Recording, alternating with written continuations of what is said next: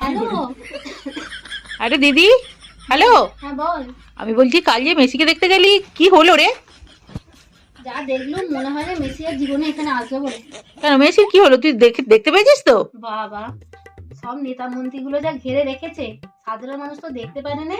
লাস্টে কি হয়েছে, মেসিকে তারা নিয়ে বেরিয়ে গেছে। না, তোর তো বুঝার ভুল হচ্ছে, কারণ সে তো একটা বড় মাপের মেসি। কারণ তাকে তো নেতা মন্ত্রী পুলিশেই তো ঘিরে থাকবে, তাহলে কি না, না, তোরা আমরা ঘিরে থাকবো? সে তো হয়নি, তাকে সব ঘিরে সেলফি টেলফি তুলেছে। সাধারণ লোককে দেখতে ফেকতে কিছু দেয় না।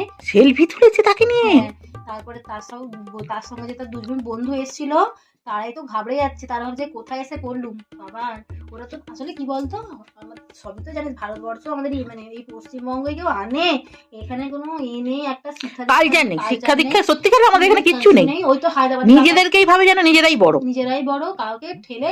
তার সঙ্গে মেয়ে এসেছিল, জানি একটা মেয়ে এসেছিল যে সেই মানে হিন্দিটা ট্রান্সলেশন করে বুঝাবে, ওটাও আমরা শুনছিলাম, পেপারে দিয়েছে। তাকে পাতা দিচ্ছে, তাকে সরিয়ে ওরা সব এ ভাইপো ভাইজি কাজ সব এনে সব ছবি তুলে, জানিস লাস্টে মেসিরাই তো অবাক হয়ে যাচ্ছে কোথায় এসে পড়লুম, কি পাপ করেছিলাম যে এই কলকাতার মতো জায়গায় এসেছি। তারপরে নিয়ে বেরিয়ে গেল। তারপর সে কি বোতল ছোড়াছুড়ি কি সব বাজে অবস্থা হলো। বাবা, তোর তো জামাই বাবু কার্পেট নিয়ে এসছে, দুটো ফুলের টব এনেছে, নিয়ে পালিয়ে এসছে, দেখতে পাইনি বলে। ওই দেখেছো? তারপরে ওই চেয়ার ভেঙেছে, ভাঙা একটা গোটা চেয়ার নিয়ে এসছে, সেটা আমাদের ডাইনিং ঘরে পাতা আছে। আমার ছেলে বসে ওদের পড়ছে, এরকম অবস্থা। তুই কি করলি ওই ভিড়ের মধ্যে? আমি আর কি করলাম, আমি হচ্ছে সব ভারী ভারী সব বোতলগুলো সব শুনেছিল, বোতলগুলো ঘুরিয়ে এনে কালকে সব ওগুলো 10 টাকা করে বেচলুম, 1000 টাকা লাভ হয়েছে। কার কি ধান্দা, তোদের এক ধান্দা। এইসব অবস্থা।